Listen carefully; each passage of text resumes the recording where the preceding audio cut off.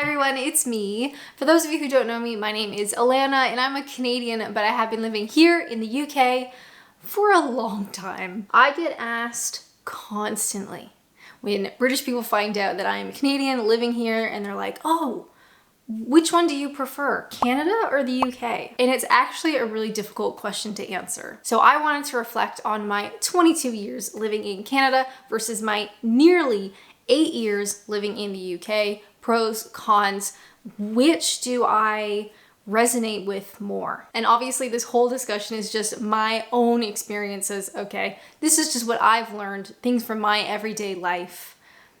Where do we even begin? So without further ado, let's go. Let's talk about the pace between these two places. Now, one of my favorite things to do here in the UK is to go to a nice cafe, go to a nice pub, maybe one I've never been to before, have a drink, have a sit, and relax. Or perhaps try a new restaurant that I've not been to and just enjoy. You relax, you enjoy, you exist, and there is nobody pushing you out the door, which isn't always how I feel in Canada. I just find the overall pace in the UK is quite chill, it's quite relaxed, it's quite easygoing, slow.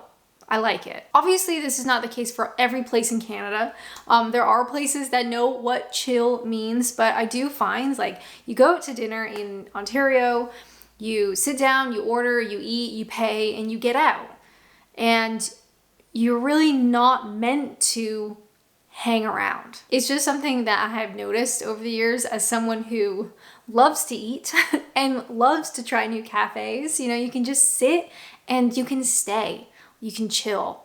I don't feel, in Canada, I feel a real sense of like you need to get moving, which I don't really feel here. Between these two places, I want to talk about the balance. I believe that Canada struggles with the work-life balance. Humble opinion. This whole video is my humble opinion. I hope it is improved in the future because it is something that actually could be changed. You know, they could improve it. And I really do hope they do because for me, it is something that is so painfully noticeable. Did you know that you are eligible for 2 weeks of paid vacation in Canada when you work for an employer for 1 year? 2 weeks to cover 365 days. Now this can go up to 3 weeks paid vacation when you complete 5 years with one single employer. And you could get 4 weeks paid vacation when you stay with an employer, guess how long? 10 years. I think this is disgusting. Here in the UK, most workers are entitled to 5.6 weeks of paid holiday, typically referred to as annual leave. 5.6 weeks. Incredible. In Canada, it could take you 10 years to work up to 4 weeks.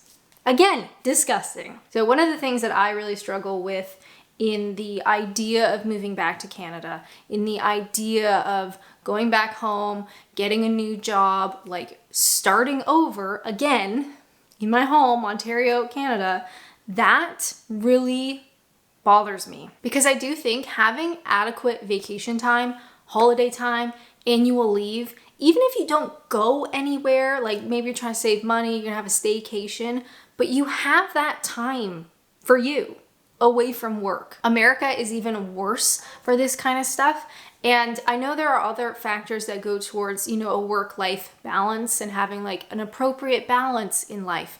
But I do think largely it starts with holiday time and holiday time entitlement. And the fact that Canada's legal entitlement is so low, insane. Next up, I would like to talk about the attitude. And this one is a little bit spicy. Stereotyping entire nations is obviously a mistake, but let me share my experience. Both Brits and Canadians can be very funny, can be really funny and kind and welcoming and interesting. And to be fair, both places are built upon immigrants. But Canada is much more recent. So I had a lot of friends growing up that were first generation Canadian, even like my family. I was born in Canada. My parents and my grandparents were born in Canada, but great grandparents and onwards were all over the place. The UK, of course, if you go back far enough, was built on immigration, but it's just like, it can be maybe a little bit too far removed, too distant. Now, attitudes towards immigrants. Here we are. I have had British people tell me, go back where I came from. I've had them tell me they don't want me here. I've had grown men email me and tell me how disgusting and horrible I am and that I should leave and that nobody wants me here.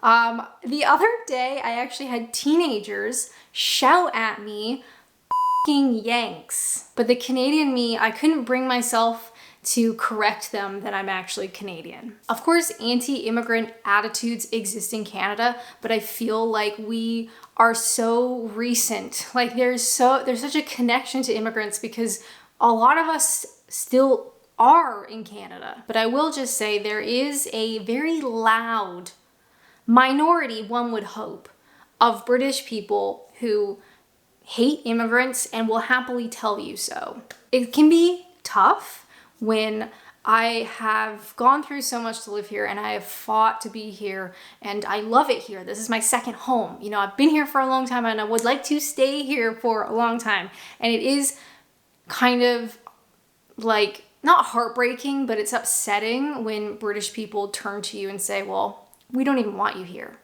So why don't you go back to where you came from? Next up, let's talk about the cost. So this is obviously very difficult to compare, but it is wildly important. The cost of living in both England and Canada kind of sucks.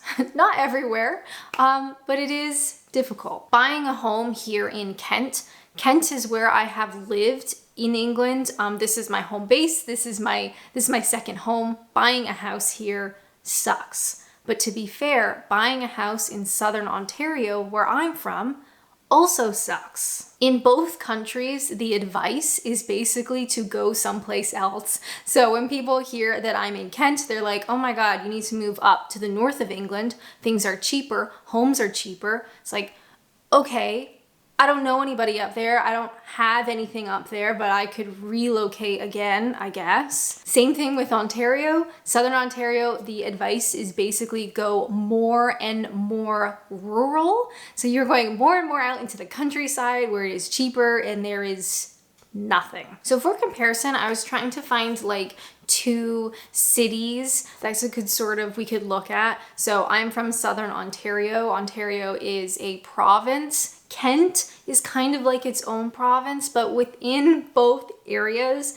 the prices can really change. So I thought it was interesting to compare Burlington versus Canterbury. So Burlington is a really nice city. The population as of 2017 was over 200,000, so like pretty decent size. On Numbeo, I can never say that word properly. On this website, comparing Canterbury to Burlington was quite interesting. So prices in Burlington tend to be lower than Canterbury. However, if you look at rent prices in Burlington are 45.4% higher than in Canterbury. Insane. Renting prices and cost of homes in Southern Ontario is exploding. So even though it is difficult here, back home, really not any better. One thing that really stands out in terms of costs in the day-to-day life, the stuff that actually impacts me, is food. I am always so shocked at how expensive food has gotten back home in Ontario compared to here. I can go to Tesco and I can buy some really lovely ingredients and make a really lovely meal and not have to stress out about whether I have enough money to cover rent. Do you know what I mean? Next up, let's talk about the distance. Now, this is something that affects me literally every day. So it's very much at like the forefront of my mind. If I were to go back to Canada, if I decided, you know what, Canada outweighs the UK. There's more pros to living in Canada. The distance is something that I would really struggle with. I can walk to places here. I can walk to the train station. I can take a train all over the country, all over the UK.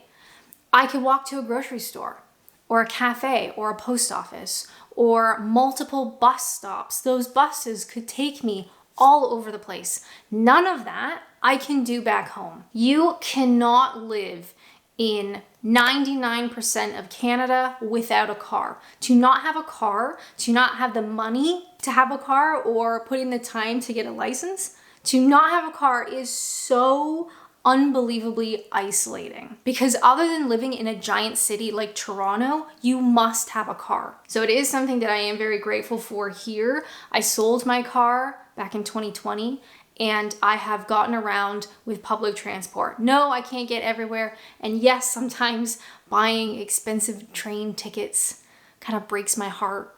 And it's always when the barriers are open and nobody checks my ticket. But it is something that in my day-to-day life, it's very important to me. It's the forefront of my mind because I'm constantly walking places. So if I were to go back to Canada because I feel like it's better, it would be really difficult to get back to driving everywhere. Because I also find not having the ability to walk places is isolating. To have to be in a car by yourself to drive somewhere, I don't know, there's something about being able to walk and be part of like a community, of a village. I don't know. Does that make sense? I would like to talk about the connection. And this is probably the most important and the most difficult. Whenever someone asks me, my dentist finds out I'm from Canada, someone at Tesco finds out I'm from Canada, literally anybody, and they say, wow, what do you miss most about Canada? And really it comes down to my friends and family. That is the first thing that comes to mind, and that is the thing that I cannot replicate here. Of course, that's not the UK's fault. It's just the thing that stands out the most to me. So much of the things available in Canada, a lot of people ask for like food or like hobbies or that kind of stuff. Most of that, like 90% of it, I can replicate here. I can find food that is so similar, if not the same, hobbies that are the same, similar, like so much can be replicated in the UK. But friends, family, they just can't. And this is something that even nearly 8 years in, it still sucks. I can make friends here, certainly, and I have some lovely, lovely friends. But I also miss the friends that I've had since I was a kid. You know, it's just family, childhood friends. It's very difficult. And to be fair, a lot of the expats that I have known over the years have ultimately left the UK because of this. Because quite simply, it's not easy. Now, is life better in Canada or the UK? Well, I don't know. There are a lot of things that I love about here. I love the culture. I love the balance. I love the pace. I love the distance. But there's also a lot of things here that I don't like. And my family's not here. And I struggle with that, you know, every year. So is one place better than the other? I wish I knew. In any case, I feel very privileged to have two homes. I have a home here in England, and I have a home back in Ontario. Some people might find that very disorienting and very like, you don't feel grounded because you're kind of like stuck in between two places. But I'm trying, over the years, I have realized it's better to look at it as a privilege because it is. I am able to experience life in both places for better or for worse, for pros and cons in each place.